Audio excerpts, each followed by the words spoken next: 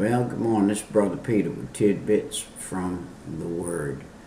There is a statement in the Bible called the fullness of time. Do you know that every 24 hours there's a fullness of time? Every 12 hours there's a fullness of time. From the first second of the first minute of the first hour of the first 12-hour period called the daytime, at the end of that minute, that last second, is the fullness of that time. And then the second 12-hour period, at the end of that, is the fullness of the 24-hour period, which is the fullness of the time of that day. 128 hours in a week is the fullness of that time for that week. And then it goes on for 365 days in a year is the fullness of the time for that year, and starts over again. Now, the fullness of the time of the Old Testament is revealed in the Messiah, Jesus Christ. The message was in the fullness of the time that he would appear. In the fullness of the time of what? What time? Of the time of the end of the Old Testament era, was Jesus was to fulfill that, and did. And you know what's amazing to me? And I had this friend, a very good friend. I would sure love, I've lost contact with him. If he ever saw one of these, I'd love for him to contact me and let me know again. He's in Texas now, but he was here in our little city where I live, and he was a Jewish fellow, and he worked for the city as a manager, and he was a wonderful guy, and he was a Jewish fellow, but he said, I still worship in the Jewish way, and we do not accept that Jesus was the Messiah. And I said, I don't understand that either. I mean, and he said to me, he said, surely there must have been something about him. He changed the calendar. Wow, what a deduction.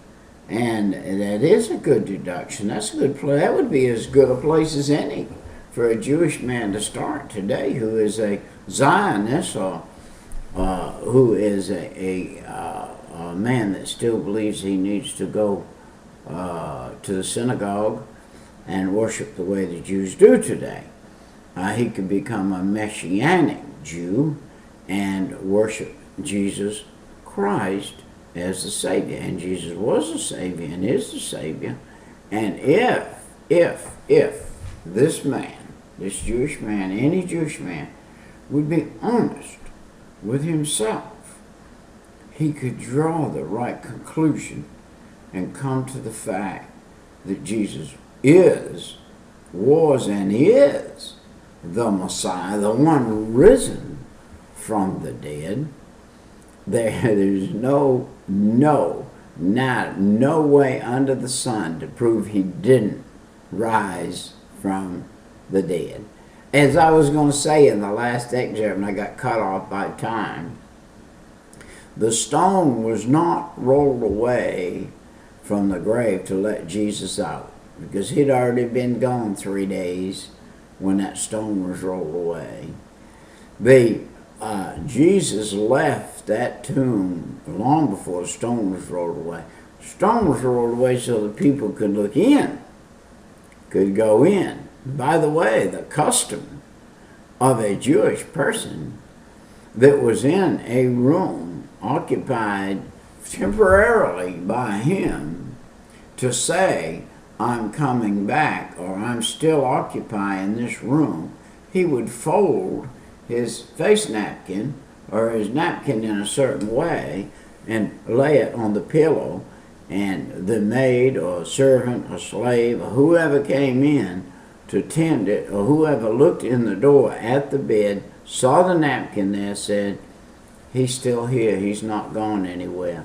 He may have walked down to the nearest place to eat or something, but he has not left. He's still here.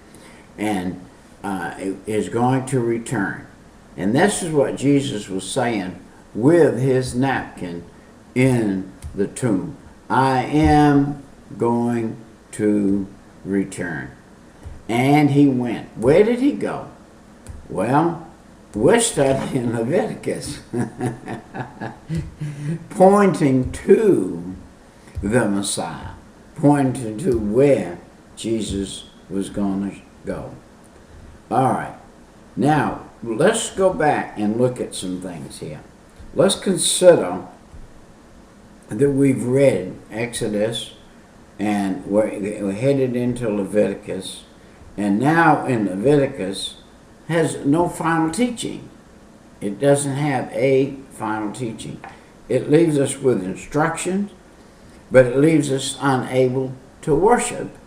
And unless we follow through like a good lawyer would, if he only presented half of the case, he would definitely lose. So he has to get up and declare the last part of the case. As his facts become clear to him, he can now declare the case. Now God is making the facts of how he is going to redeem man and the redemption of man. And he's making clear the facts. But he has to clear the air. He has to do a lot of things. God here is working with a people. These were a people. Working with a people's complicated, especially working with a couple million of them. And especially they were men and women. And especially they were of Jewish nature. They were headstrong. They were wanted to rely upon their own wisdom, upon their own thinking. The Bible said there is a way that seemeth right unto a man, but the end thereof is sudden destruction. Now there is a way that seemeth right unto a man, but the end thereof is sudden destruction. So here God is dealing now with man, boy, and girl, women, people. And he had to lay down the necessities of how this redemption plan was going to work. And it all comes down to the fullness and the fulfilling of the mission of Jesus Christ, the Messiah. And the adoption of what it talked about in Genesis, Exodus, Leviticus, Numbers, Deuteronomy, all the way through up to Matthew. What the Bible talked about was fulfilled in Matthew when Jesus Christ went to the cross. By the way, so many places in the Bible speak of his birth. So many places in the Bible speak of his death, of his birth and his death, and his resurrection, and his coming back, and where he's going to live when he comes back. Where is he going to stay? Is he going to tabernacle with men? Yes, he is. Is he going to dwell with men? Yes, he is. The Bible said a man can't look at the face of God and live. It would kill him. So, but there's going to come a day when we can talk with God face to face. We will live again with God as Adam did, face to face.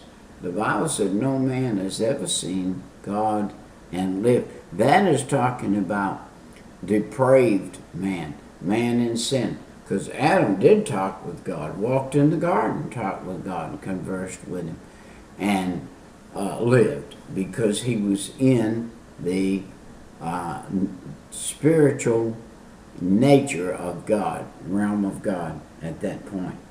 All right, there are two supreme values first recognized. We first must recognize sin, the revelation of the nature of sin.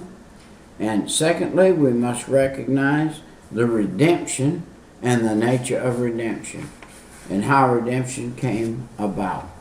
In Leviticus here, we find that the fundamental matters